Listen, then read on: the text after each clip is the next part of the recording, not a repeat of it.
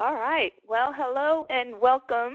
It is me, Susan C., and I am here once again to do another Mom's Night Out, but we're doing it online. So if you have any challenges going on and it's causing you to not be able to get out with girlfriends and not get that shot in the arm, that pick me up, that encouragement, that somebody's looking you in the eye and telling you that I understand you and I get you, you can always come here and do it here online with me each month.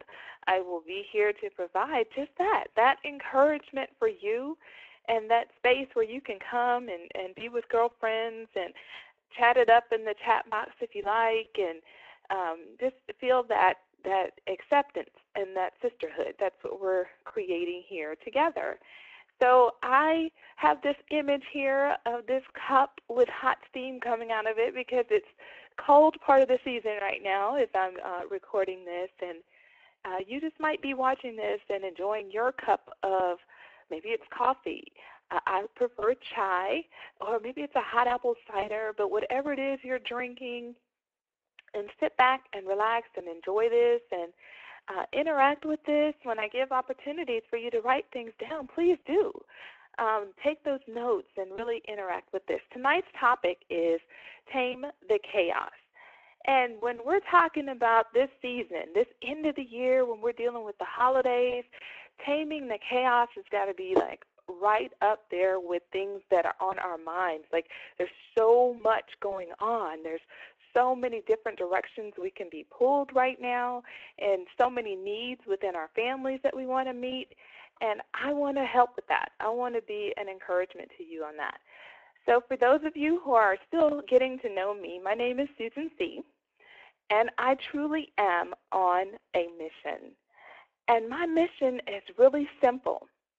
I want to help you build a deeper connection with your faith. I want to help you live a life of purpose. And I really want to help you to live with intention as it pertains to your family. So often it's easy to get all over the map in our lives, so many things ball spinning in our lives. But when we can pause and be clear on our faith and the direction that we want to be in our faith and connecting to God and His Word and living and walking that out, and be living a life where we know that we're on purpose, then we can also live with intention with our families so that our families are headed in the right direction. How needed is that right now, that people are living a life of purpose and intention with their families? But the truth is, life happens. I see Stephanie joined. Hey, Stephanie, I'm glad you're here. I bet Stephanie could definitely talk to some challenges. And Stephanie, we have the chat on the screen. You are welcome to type in there. I'm glad that you're with us, and we'd love to hear from you. But there are challenges in our lives, in all of our lives. Matter of fact, recently I went to the home of a woman to help her celebrate because she had just given birth to not one, not two, but three babies. And as I was standing there visiting with her husband and dropping off some food for them, it's when it hit me that not only did she just have triplets, if that wasn't enough, but they now have 7 children, and their oldest child is 9. Now, when I say that, I pause because I want you to take that in. Imagine. She might be experiencing some challenges, and she might actually log in tonight, because the thought of coming and being a part of a mom's night out with friends, in person is a real challenge for her. But if she could just click a button and log in and hear this, that could work. Like, that feels doable. But maybe it's not new babies in the house. Maybe for you, it's family members are already starting to arrive, or you're packing to get ready to go visit family, and there's stuff going on. I want this to be a place for you that you can come in, and in spite of all of those challenges, you can still have a great night. So if you want to keep up with me and keep up with what's happening, all the other great things I've got planned, I will be launching my website. I have put this up as accountability to get it done, and I even have a countdown going. And on there, you can drop your email address in, because that's how I'll be letting people know not only about the Mom's Night Out schedule, but any posts that I put up or any resources that I want to share, it'll be going out that direction.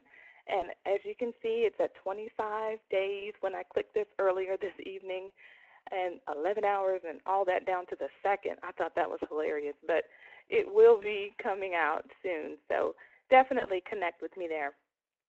And in preparation for tonight, if you want to grab a pen and paper, take some notes, we're going to really be breaking down what that chaos is. We're going to define it. We're going to talk about the 5 core areas that we all have to manage in our lives. And we're going to hopefully be interacting with one another as you share some of the things that are on your mind and heart, because I'd love to make this very practical and very useful for your life, and not just me talking all myself here. So let's get going. I have this image of a tree because as I'm working on some resources for moms, and what my desire is to be that mentor for moms, as coming along them as an older girlfriend on the journey, someone whose kids are a little older, as my son is about to enter into college full-time, and then I've got my youngest all the way down to 5 years old. I think I can really relate to those who are in the trenches right now and give a little perspective. And then I've got moms in my life whose kids are grown and married and moved on, and they are mentors in my life. And I want to enter into this not as the platform of an expert, because I don't even know that there is a parenting expert. I mean, is that even possible? But more of just a mentor and a friend. And as I'm creating resources, I really use the reference of a tree a lot. The tree really is a great illustration. We have so many examples in life of how the tree of life is used, and the tree reference comes up a lot. And the tree for me is going to represent some of the tips or the ideas and concepts that I want to present. So when you look at the tree in this illustration and you see those branches up at the top, that's going to be the area that I'm really talking about today, is the top of the tree. I won't have time to really break down some of the other elements of that tree, but we're going to enter in and start talking about exactly what is chaos. And the simple definition that I have for that is that chaos, plain and simple, is anything and everything that keeps you from living a life of purpose. Anything keeping you from living your life on purpose and with purpose, that's chaos.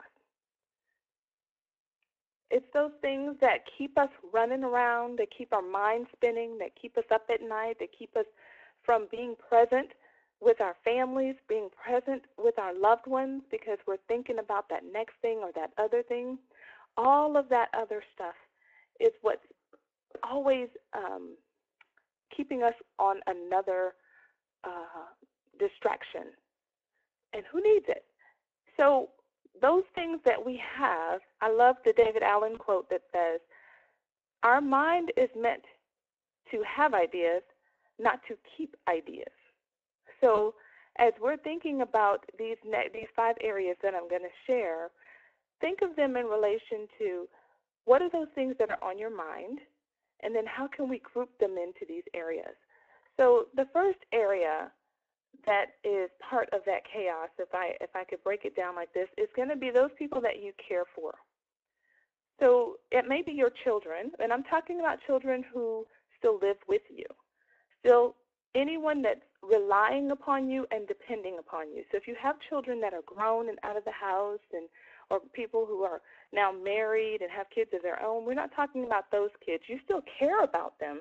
You still love them, but I'm talking about those that are depending on you every single day. And depending on the age of your parents, you might be in that place where you're caring for them. We we are starting to enter into that place where so many families find themselves not only still caring for their children, but also caring for their parents, and that might be your situation. Number two would be our home. Now, when I refer to our home, I'm talking about anything that happens in and under your roof. All of those things that are happening within your home that you have to manage. And that includes the food that's coming into the house, the health care of the family. We're in that time, we're flu season. You might have seen me post earlier the picture, and I've got 3 little ones that are down, and they've been beside me as I was preparing for tonight. And I just, here's the thing. If you want to have all craziness break out in your world, announce especially that you're going to talk about chaos. And it's like chaos just showed up at the door and was like, hello, so glad you invited me in. So that's kind of how it feels on my end today. But when you're looking at the home, it's everything that happens in the home, from the hospitality to the food to the health care, even education. And I don't mean that you're necessarily homeschooling, although our family does, but maybe it's the after-school activities of homework and projects and reports and field trips, all of those types of things, the things that happen at home. Those are areas we have to manage. The next one would be activities. Maybe for you, it's for that activities, it's going to be everything that happens outside of the home and really managing that. Now, I want to speak to that because that's a real challenge for families right now because there's so many opportunities, right? There's not just a couple of things. There's hundreds of things or thousands of things you can get involved in. There could be the Girl Scouts or Boy Scouts. There could be dance. There could be music. And if you choose music, then there's all these different instruments you could choose. And then you might choose to be a part of a small band that your kids form as a group, or you could go all the way up to being in an orchestra. Then you have the sports, and you can have just a neighborhood sport team, or you can get on those teams that actually travel around and go all the way to finals and semifinal opportunities.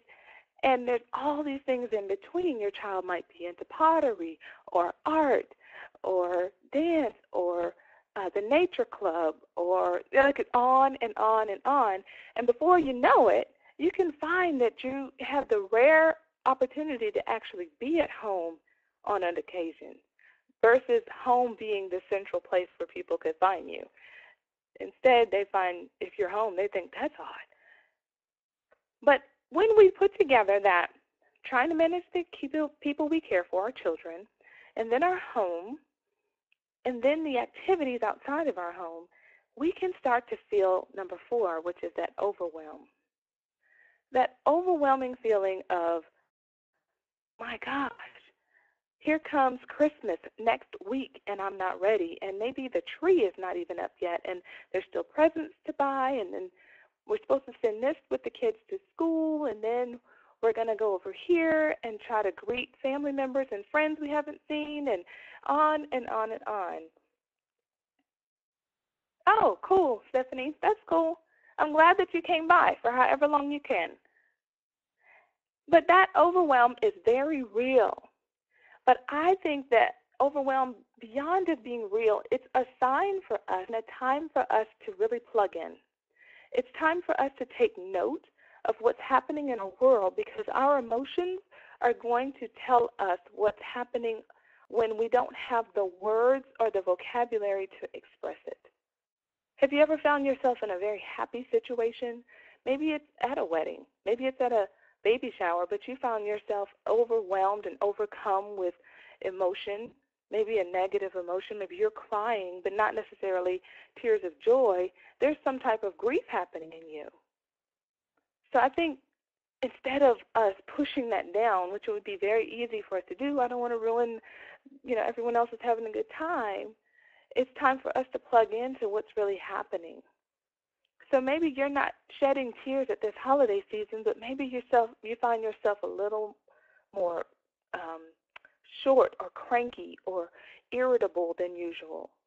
Maybe there's something that's really going on, and it's time to pull in and tap into what that is.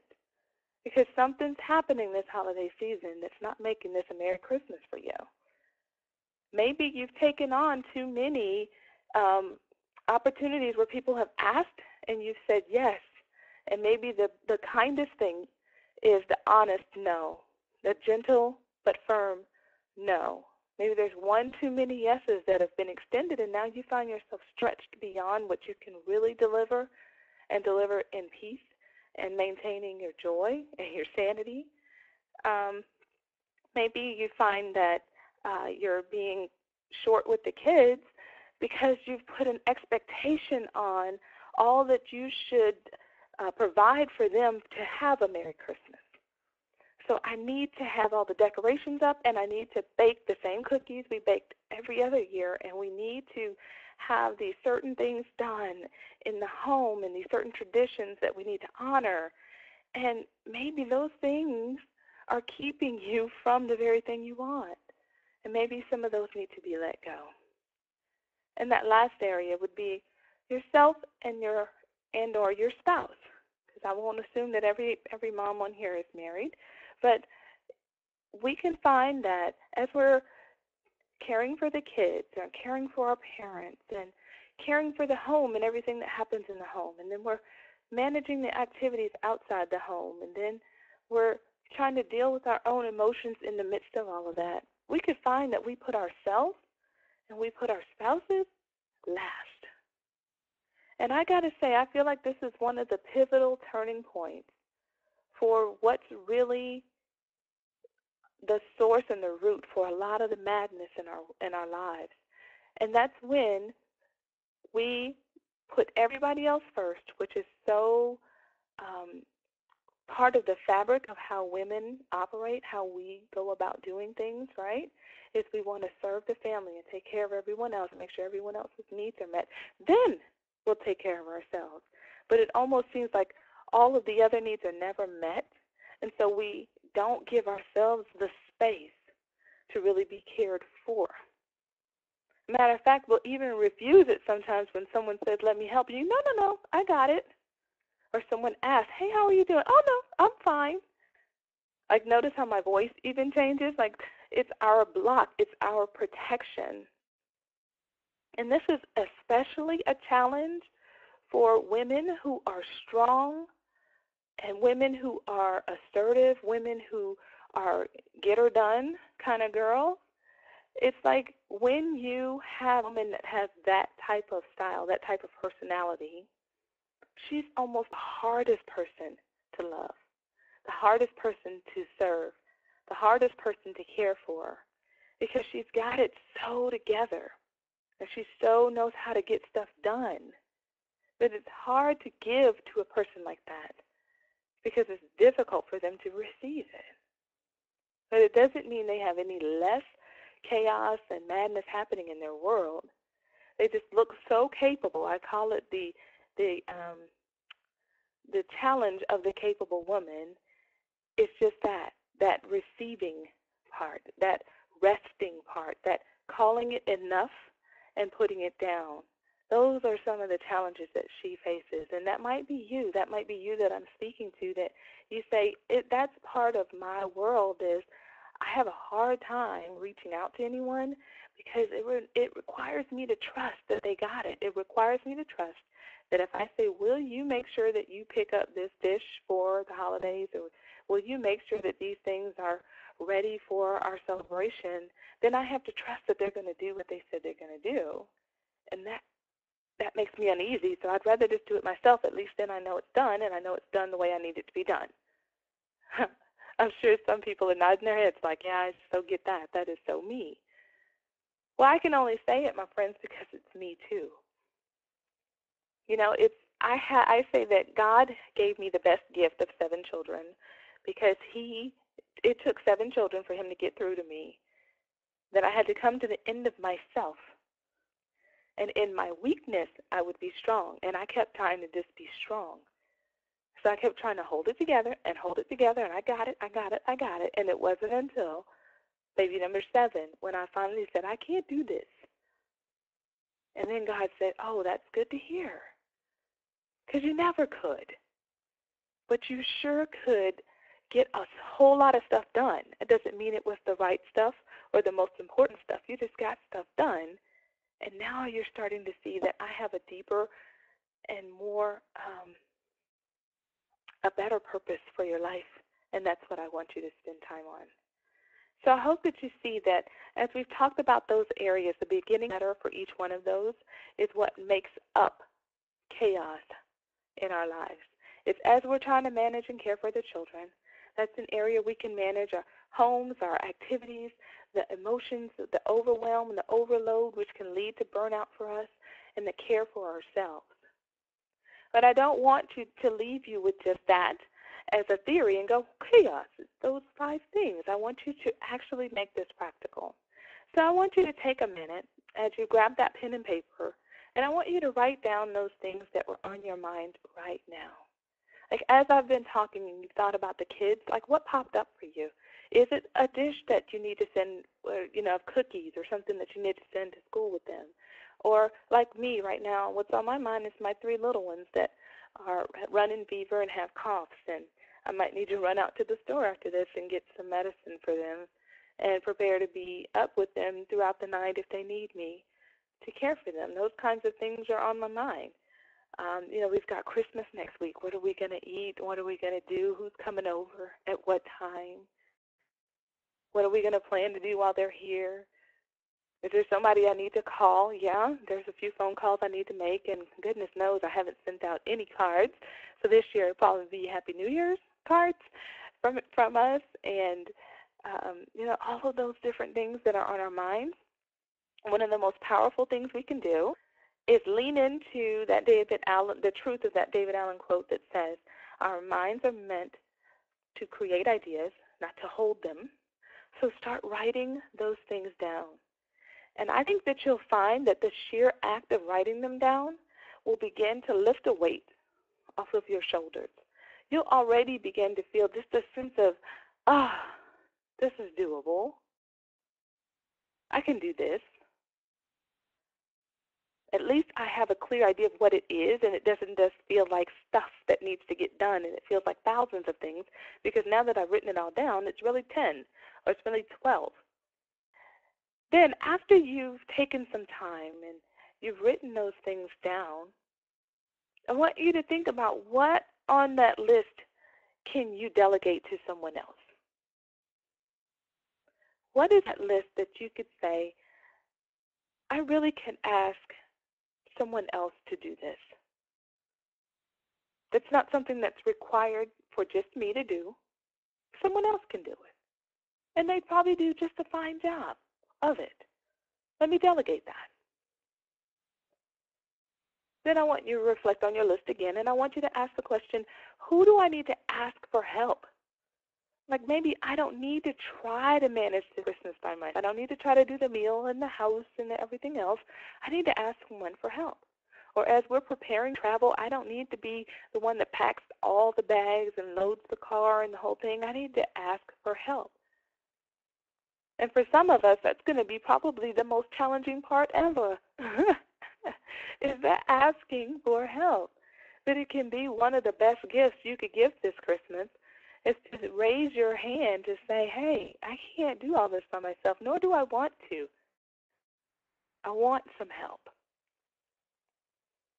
I hope you're finding this helpful. I hope it's encouraging you. I have one more quote.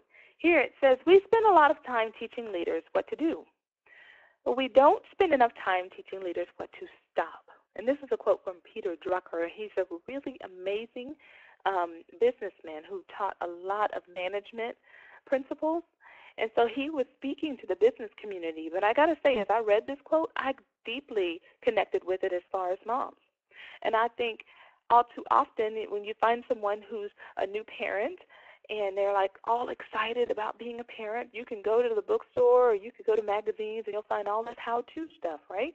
How to keep the kids healthy, how to raise them up right, how to teach them how to read early, how to teach them how to be the best behaved, how to have your kid learning Spanish or French or some other language early, right? It's like all of this stuff you can do.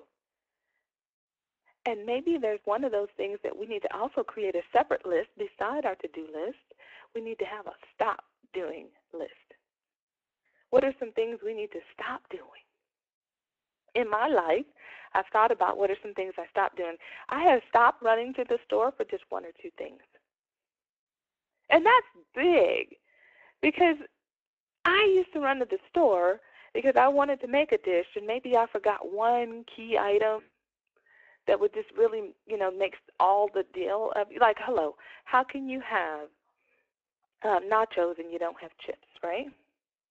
But if I've got the ground beef, we can turn it into some other dish. But somehow in the past, I couldn't see it that way. I just kind of went, if we're going to have nachos and we don't have chips, I got to go get chips, which was a run to the store for chips, which turned into $50 later. I'm leaving the store with Oreos or something else. And it's like, how did that even happen? I didn't go in there for Oreos, but I did go into the store hungry. And we all know that that's the beginning of a disaster, right? So maybe there's stop going to the grocery store for one or two items. What about stop allowing technology to be a part of the dinner time? So no phones, no gadgets, no iPads, iPods, none of that. Having that tech-free dinner time where we're not going to answer the phones, we're just going to plug into the family. We're just going to really connect as a family. Maybe it's stopping being on social media after a certain hour and actually going to bed and not just doing one more posting, watching one more video, or, just scrolling through mindlessly, but actually saying, okay, at a certain hour, I'm done, turning it off. So what are those things that should be on your to-do list? And then what are those things that should be on your stop doing list? Like, I'm going to stop these things. I'm no longer going to carry these things over into 2015, into the next year. I'm leaving this behind. I'm stopping this right now. Maybe it's some of those traditions around the holidays that actually stress you out and cause you to not enjoy your family. Like maybe there's some things that you've set an expectation for that never quite happen, and then in the end you just end up so disappointed in this season. So what are those things that you might need to stop during the holidays that cause you to stress out? Now, I'm going to say this, and this might sound really, really harsh, but it's something that my husband and I had to do when we used to travel a long distance to go see family. Inevitably, we'd get there, and there'd be other family members who would hear that we're in town, and they'd say, hey, come by and see us. While you're here, make sure you come by and see us. And at first, we would run around trying to go see this one and trying to go see that one, and then we're trying to spend time with each family and enjoy them, but we know we need to move on because we only have a little bit of time. And by the time we finished our entire vacation, we'd come home exhausted. And all we did was run around the whole time. And we were happy to see everybody, but there was the in the car, out the car, pull the kids in and out of car seats. It was just a lot of stress and movement. And we changed it up. And then we said, listen, when we come all this way to come visit, we're going to ask that you come that 30 minutes, that 45 minutes, or that hour to come see us where we are. And then we would just visit with those who were willing to make that effort. Now, there were certain people we only traveled for, and that was our older grandparents who were unable to come to where we were. So if I'm staying with my mom and then my grandma, she couldn't drive to come see me, I'd go see grandma. Now I'm coming to see grandma. But for the cousins and the aunts and the longtime friends who are like family, we're like, come on. We're going to ask you to come this 30 minutes. We're going to ask you to drive the hour and come see us because we're not coming to see you. It's just too much running around. So for us, that was on our stop doing list. And maybe there's some hard decisions you might have to make. And yeah, some people will not like it when you start getting a grasp and you start taming the chaos in your life. I'm just going to tell you that up front. Everybody won't celebrate. Oh, that's so good. That's so great. They'll be like, wait, what's going on? Because, see, it's just almost like when you decide to clean up your diet. You say, okay, I recognize that these foods just are not good for me. I'm going to stop eating them. That immediately, some people take that as a judgment of their eating habits. Have you experienced that? When you decide this is no longer going to be okay for me, they think they're saying it is about them. And you're saying, no, I'm making a real clear choice for me, right?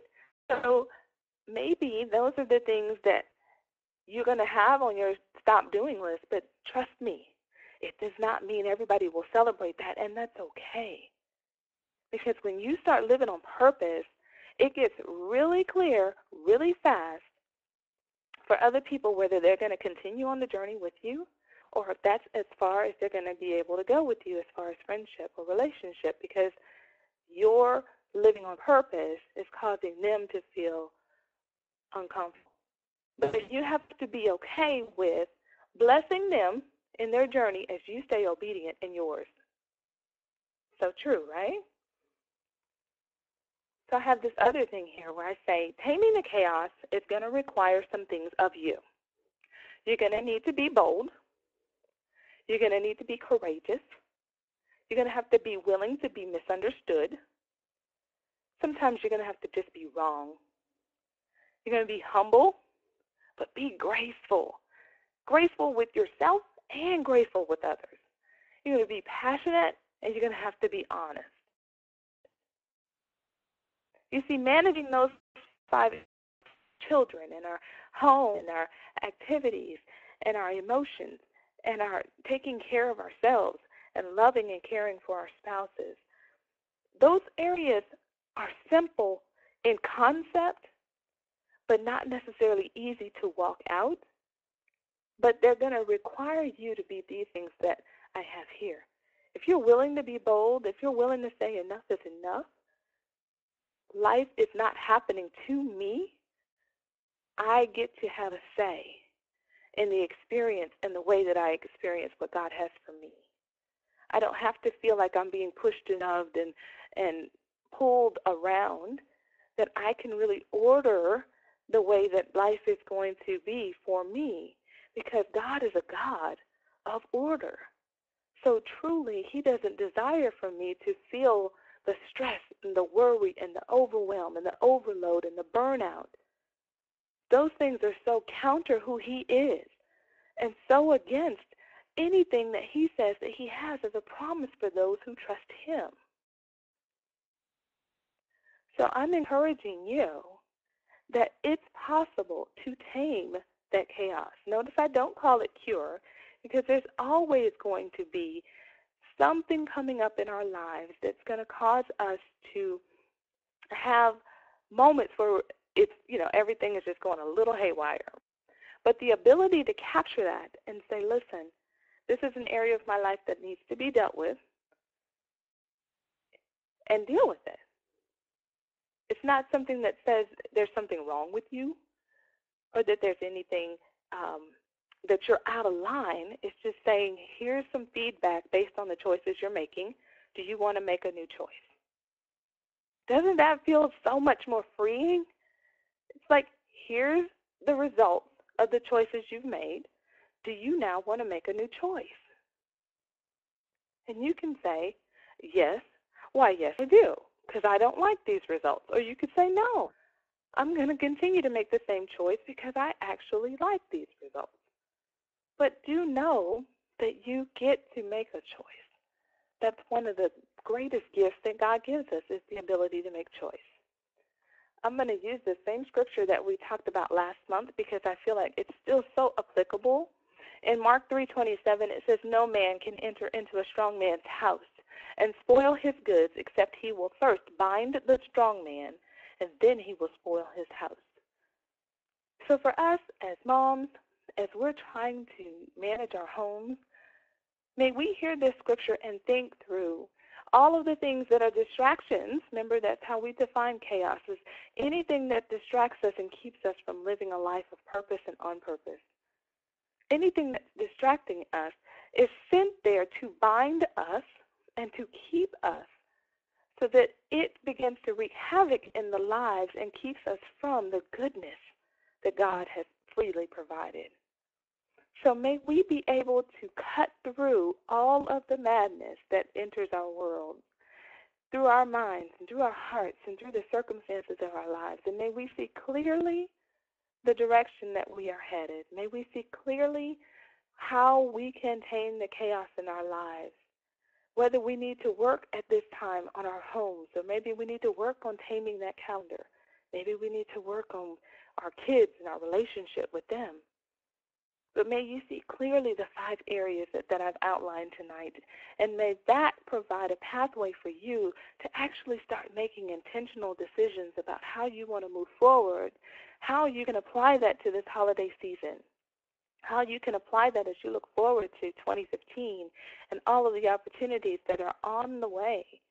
How do you want to step into them, and how do you want to best be a vessel through which God's goodness is revealed? So I want to pause in this moment and see if there's any questions that you all have, any feedback that you have on what I've shared, anything that's come up for you. We have the chat box on the screen. I see that Alicia has joined. Hi, Alicia. So glad you're here. And you're welcome to use that chat box. This is the time for you to give feedback on what you've heard, on what's stirred up for you, maybe a challenge that you're experiencing this holiday season, or just whatever's on your mind. I'd love to hear from you.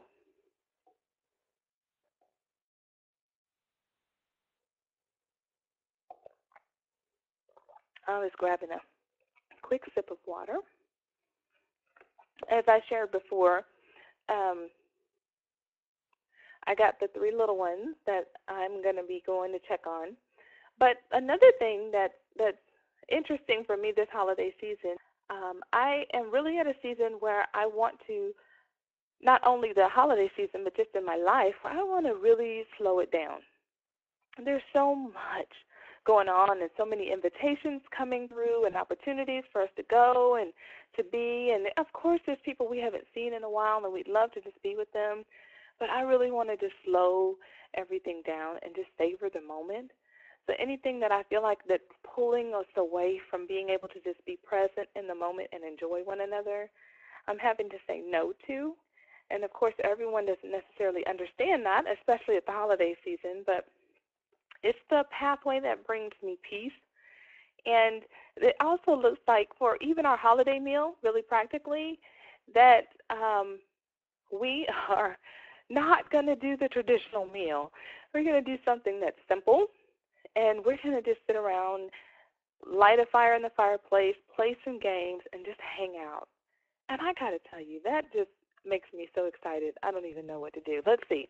I see Elaine put in here, how do you find time to read books and do personal Bible study in the midst of your responsibilities? Oh, that's a great question. I love that you put in there, find the time, because that's exactly what it looks like in my world. I have so many times tried to write a schedule out, and I'm going to do my Bible study at this time, or to use the Christian phrase, right? I'm going to have my quiet time. And when you're in a house with 7 kids, quiet can be a challenge. Like, there's not necessarily a quiet time in my world sometimes. But what I have found that works is any of the places that I normally sit, so my bedside, by the chair in the living room, there's a bookcase over there that has all the books on it for me. I just have these key areas where there are resources at hand so that when I'm in that spot, there's something I can put my hand on. I'm not above pulling out a book, and then anybody who wants to be with me at that time, they need to also pull out a book, and we're going to each read. Even if those little ones can't read, they can just flip through and look at pages in a book quietly while I'm reading. Another big thing for me is audios. If it's radio, like Focus on the Family or Family Life Today, those kinds of shows, got me through a lot. But see, we're in a season now where you can tune into podcasts that have so much wonderful information. I actually was just interviewed on a podcast on God-Centered Mom podcast, and she just released that today. So you can also go and hear that one. But there are great podcasts out there that can have such encouraging teaching.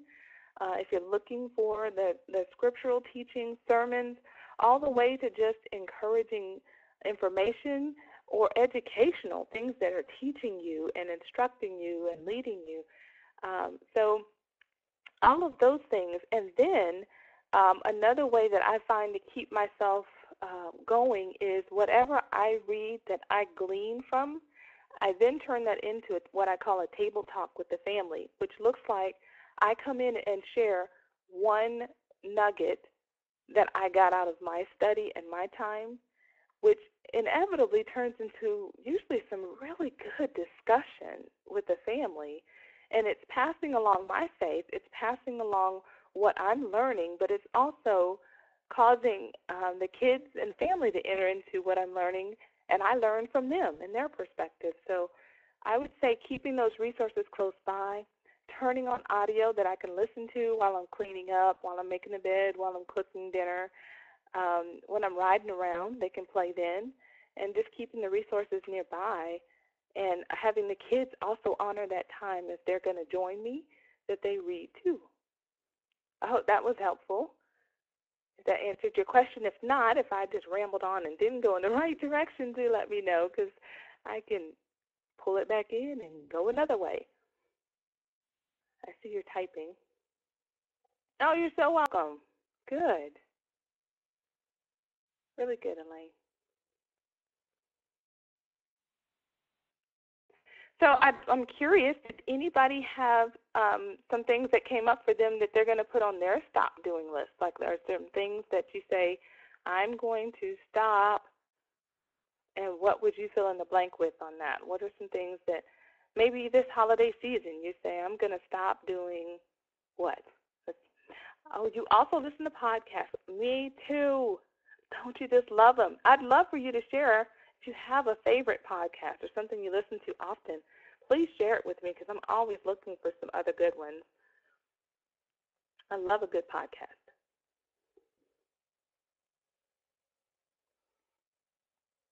Anybody else have some feedback or some things they wanted to share?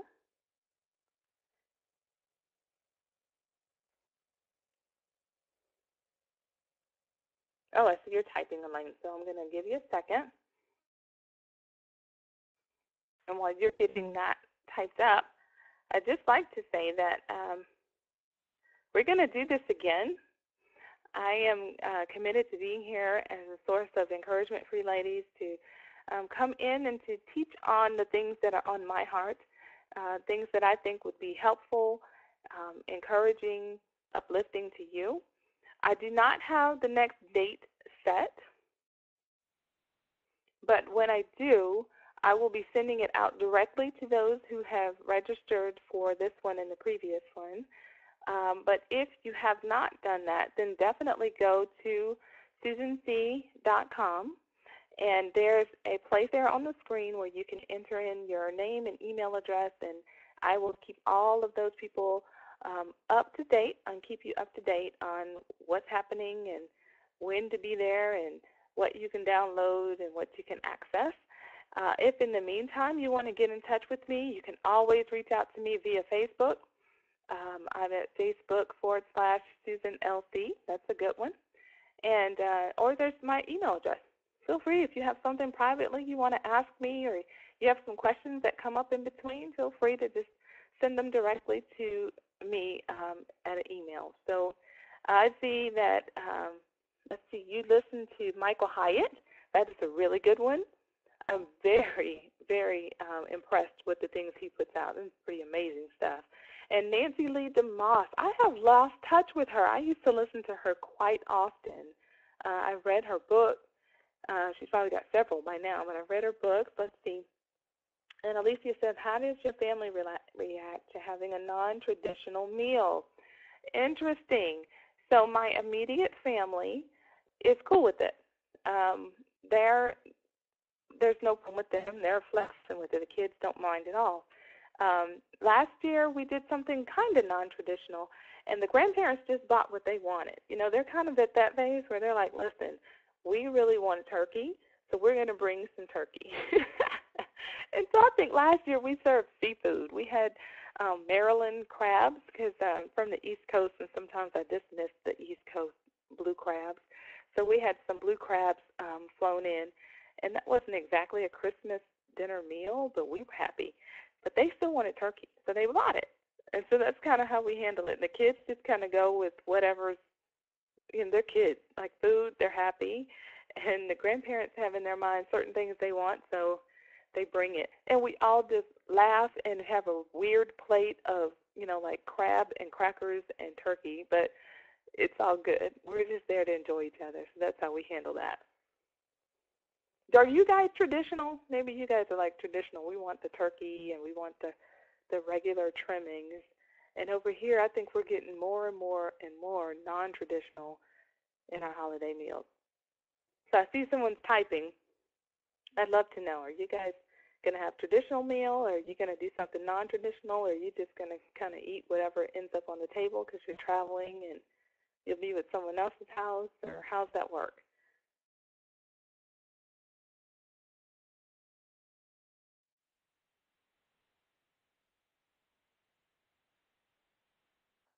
Maybe you stop. Ah, hey, I might have a couple of silent kids who haven't said anything to me, and they might want to go to your house. They might want to come over and have some of the traditional food. But over here, I think this year we've chosen fajitas. So there'll be beef and chicken fajitas, and there'll be a buffet, and you can do them up as much as you want or as minimal as you want. Enjoy. Send them over. Fantastic. I'll let them know. Well, ladies, this has been fun tonight. Thank you so much for coming in, for being a part of this. I hope that something that I shared with you found helpful and useful to you, something that you can apply immediately, as well as something you can just continue to ponder in your heart and allow that truth just to continue to minister to you, such that you find that you're able to manage things better. You're able to see clearly through all of the different pulls in different directions and get really clear on what direction you're being pulled. And then you can make intentional choices about how you want to handle that area, how you want to move forward, how you want to reveal your trust and faith in an almighty God as you move forward with that. So you are so welcome, Elaine. You really are. Well, I got to tell you, you're an encouragement to me for being here. So thank you for that. Thank you for all of your encouragement in this. And as soon as I have the next date pulled up, it's going to be in the week of the 19th through the 23rd of January. It won't be the 19th because that's MLK, but it'll be sometime that week. And I will send it out and let you know what date that is. And we'll be back together in 2015, if you can even handle that, because, gracious, this year went by fast. So you ladies have a fantastic evening, and I will see you next time. Have a great night. Bye-bye.